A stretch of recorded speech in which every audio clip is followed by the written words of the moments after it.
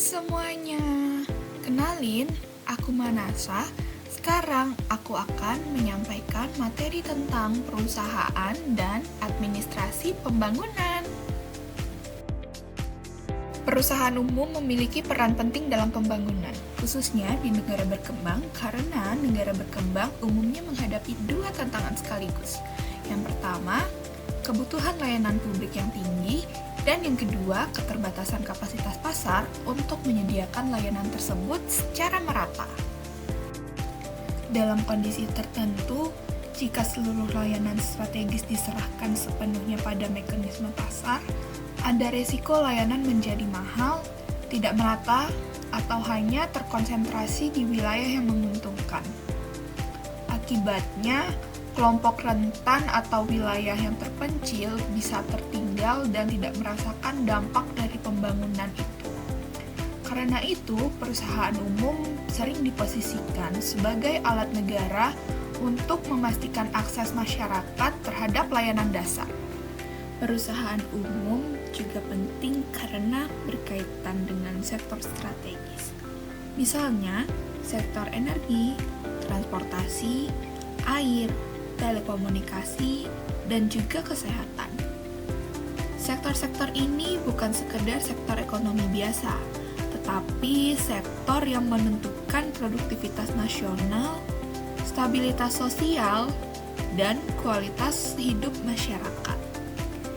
Jika sektor strategis ini terganggu, dampaknya bisa sangat meluas, seperti inflasi naik, mobilitas terganggu, distribusi barang yang terhambat, dan juga ketimpangan yang semakin tajam. Selain fungsi layanan, perusahaan umum juga mendorong pembangunan melalui investasi dan pengelolaan sumber daya. Perusahaan umum bisa menjadi penggerak pertumbuhan, misalnya dengan membangun infrastruktur, memperluas jaringan layanan, serta menciptakan ekosistem industri turunan. Dengan kata lain, perusahaan umum dapat menjadi motor pembangunan ketika kapasitas swasta belum cukup kuat. Selanjutnya, kita akan masuk pada beberapa fakta penting mengenai perusahaan umum. Fakta pertama, perusahaan umum memiliki keterkaitan erat dengan pelayanan publik. Karena itu, keberhasilannya tidak hanya diukur dari laba, tetapi juga dari seberapa baik ia memastikan layanan yang tersedia, terjangkau, dan berkualitas. Misalnya, menjangkau wilayah yang sebelumnya tidak terlayani, lalu harga pasar lebih stabil, dan juga mutu layanan lebih meningkat. Fakta kedua, perusahaan umum memiliki variasi bentuk kepemilikan. Ada yang sepenuhnya dimiliki negara dan ada yang berbentuk campuran. Ini menunjukkan bahwa negara dapat memilih desain kelembagaan sesuai dengan kebutuhan. Pada sektor yang sangat strategis dan sensitif, negara cenderung mempertahankan kontrol yang kuat. Sedangkan pada sektor yang memerlukan efisiensi yang tinggi dan inovasi yang cepat, campuran dari tangan swasta juga bisa dipertimbangkan. Fakta ketiga, perusahaan umum umumnya beroperasi pada sektor strategis yang memiliki dampak luas. Sektor strategis ini sering dianggap sebagai urat nadi perekonomian. Karena itu, perusahaan umum sering menjadi instrumen kebijakan ketika negara ingin mendorong industrialisasi, meningkatkan konektivitas, atau mempercepat pemerataan. Perusahaan umum juga memiliki peran, yaitu perusahaan umum berperan dalam mengelola sumber daya yang strategis. Ini termasuk sumber daya alam, infrastruktur vital, atau layanan dasar yang mempengaruhi banyak orang. Pengelolaan ini penting agar negara memiliki kendali terhadap stabilitas pasokan, harga, dan akses. Yang kedua, perusahaan umum menyediakan layanan publik. Layanan publik yang dimaksud bukan hanya menyediakan barang atau jasa, tetapi juga memastikan layanan itu adil dan merata oleh masyarakat. Disinilah muncul konsep bahwa perusahaan umum membawa misi sosial, yaitu tidak sekedar melayani kelompok yang mampu membayar, tapi juga menjaga akses kelompok yang rentan. Yang ketiga, perusahaan umum juga berkontribusi dalam penciptaan lapangan kerja. Lapangan kerja ini muncul baik secara langsung melalui perekrutan ataupun secara tidak langsung melalui rantai pasok, mitra kerja, dan juga sektor turunan. Yang keempat, perusahaan umum juga dapat menjadi sumber pendapatan negara. Namun, penting dipahami bahwa pendapatan ini harus ditempatkan dalam kerangka pembangunan. Keuntungan dapat digunakan untuk memperluas layanan, memperbaiki fasilitas, dan mendukung program sosial. Jadi, orientasi keuntungan tidak dihilangkan, tetapi diseimbangkan dengan mandat pelayanan publik. Dengan peran-peran tersebut, perusahaan umum menjadi sarana untuk mencapai tujuan pembangunan, termasuk pemerataan, stabilitas, dan juga keadilan sosial.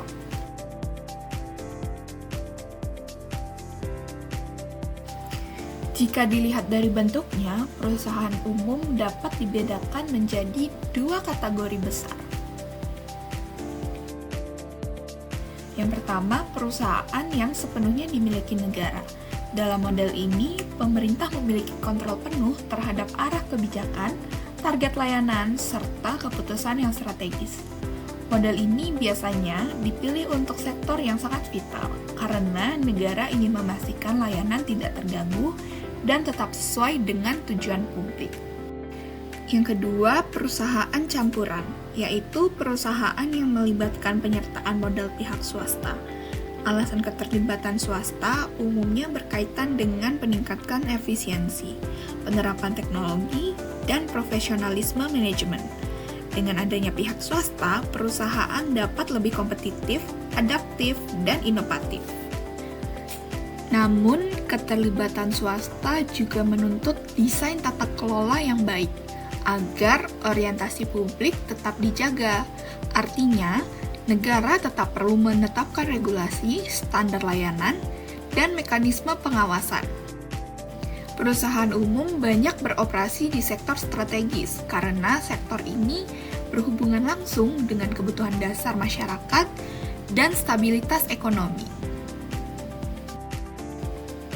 Di sektor energi, perusahaan umum memastikan ketersediaan energi bagi rumah tangga dan industri. Energi menentukan produktivitas, biaya produksi, dan juga daya saing ekonomi. Di sektor transportasi, perusahaan umum memastikan konektivitas dan mobilitas barang serta manusia. Transportasi yang lancar akan berpengaruh pada distribusi kebutuhan pokok, aktivitas ekonomi, dan integrasi wilayah. Di sektor kesehatan, perusahaan umum berperan menyediakan layanan kesehatan yang lebih terjangkau dan lebih merata. Ini penting karena kesehatan adalah modal utama membangun manusia. Keberadaan perusahaan umum di sektor-sektor ini pada dasarnya merupakan upaya negara dalam menjaga layanan vital agar tetap berjalan, stabil, dan tidak menimbulkan ketimpangan. Dalam konteks pembangunan, perusahaan umum memiliki makna yang luas. Perusahaan umum bukan hanya alat produksi, tetapi juga alat pemerataan. Ketika perusahaan umum memperluas layanan ke daerah, ia sesungguhnya menjalankan fungsi pembangunan wilayah. Ketika perusahaan umum menjaga harga atau memastikan ketersediaan layanan, ia membantu menyediakan stabilitas sosial. Selain itu, perusahaan umum juga berkontribusi pada pembangunan sosial melalui peningkatan akses layanan dasar dan penciptaan peluang ekonomi.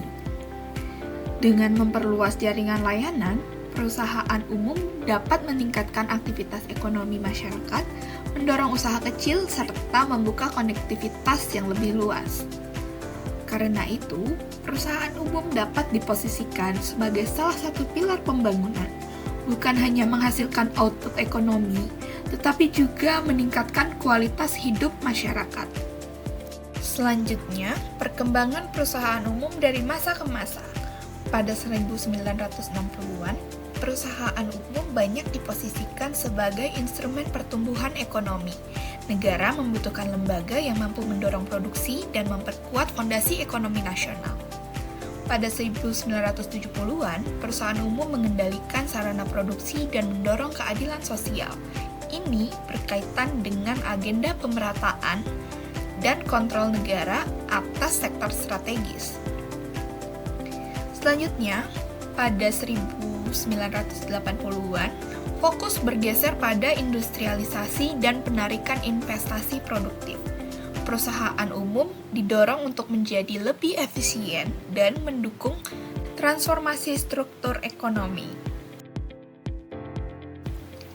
Selanjutnya, pada tahun 1990-an, perusahaan umum diarahkan untuk pembangunan nasional dan regional yang seimbang. Artinya, peran pemerataan wilayah semakin kuat. Pembangunan tidak hanya berpusat pada satu wilayah, tetapi diperluas.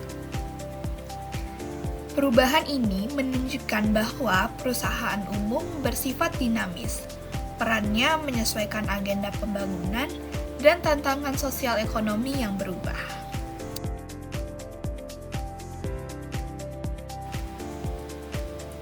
Selain ekonomi, perusahaan umum juga berkontribusi pada pembangunan sosial. Melalui penciptaan lapangan kerja, perusahaan umum membantu mengurangi pengangguran dan meningkatkan pendapatan masyarakat. Dampak ini tidak hanya pada individu yang bekerja, tetapi juga bisa berdampak pada keluarga mereka. Selanjutnya, perusahaan umum juga sering menjalankan program sosial, baik melalui kebijakan perusahaan maupun dari mandat pemerintah. Program ini dapat berupa dukungan pendidikan bagi siswa-siswa yang memang umurnya di waktu pendidikan. Selanjutnya, bisa di bidang kesehatan, memberikan layanan kepada masyarakat yang membutuhkan, dan juga peningkatan layanan di wilayah yang tertinggal. Dengan demikian, perusahaan umum dapat dipahami sebagai agen pembangunan sosial yang mendukung peningkatan kualitas hidup masyarakat, bukan sekedar pelaku ekonomi. Perusahaan umum juga berperan dalam mendukung kesejahteraan sosial melalui program-program yang menyentuh kebutuhan masyarakat. Misalnya dalam bidang pendidikan, perusahaan umum dapat mendukung pelatihan, beasiswa, atau peningkatan kompetensi tenaga kerja. Lalu, pada bidang kesehatan, perusahaan umum dapat memperkuat akses layanan dan fasilitas untuk masyarakat yang memerlukan bantuan medis. Dalam infrastruktur, perusahaan umum dapat membangun jaringan layanan yang mempermudah aktivitas ekonomi dan aktivitas sosial. Yang terpenting ditekankan yaitu program kesejahteraan ini bukan hanya bentuk kebaikan perusahaan, tetapi juga bagian dari fungsi pembangunan. Ketika layanan makin merata dan kualitas hidup masyarakat meningkat, maka produktivitas akan ikut naik dan dampaknya kembali pada pertumbuhan ekonomi secara lebih sehat. Karena perusahaan umum membawa mandat publik, pemerintah perlu melakukan pengawasan dan kontrol agar perusahaan tetap berjalan sesuai dengan tujuan pembangunan. Kontrol pemerintah dapat dilakukan melalui kebijakan, regulasi, penetapan standar layanan, pengawasan keuangan, serta evaluasi kinerja. Pengawasan ini penting untuk memastikan perusahaan umum tetap akuntabel, transparan, dan tidak menyimpang. Selain itu, kontrol juga diperlukan untuk menjaga keseimbangan. Perusahaan umum dituntut lebih efisien dan profesional, tetapi juga dituntut untuk adil dan dapat melayani. Tanpa pengawasan yang jelas, ada risiko perusahaan menjadi tidak efisien atau justru berorientasi pada laba hingga mengabaikan mandat sosial. Karena itu, tata kelola yang baik menjadi kunci agar perusahaan umum tetap sehat secara bisnis, tetapi juga efektif secara instrumen pembangunan. Jadi, perusahaan umum berfungsi sebagai instrumen negara untuk mengelola sektor strategis, menyediakan layanan publik, mendorong kebutuhan ekonomi, serta mendukung pembangunan sosial dan kesejahteraan masyarakat. Perannya berkembang dari masa ke masa, menyesuaikan kebutuhan pembangunan dan tantangan yang dihadapi. Namun, agar perusahaan umum benar-benar efektif, diperlukan tata kelola dan pengawasan yang baik dari sisi pemerintah maupun dari sisi swasta. Dengan keseimbangan antara profesionalisme dan efisiensi, Perusahaan umum dapat menjadi alat penting untuk mewujudkan pembangunan yang adil, inklusif, dan berkelanjutan. Oke, sekian dulu penjelasan dari aku. Semoga membantu pembelajaran kalian ya. Sampai jumpa.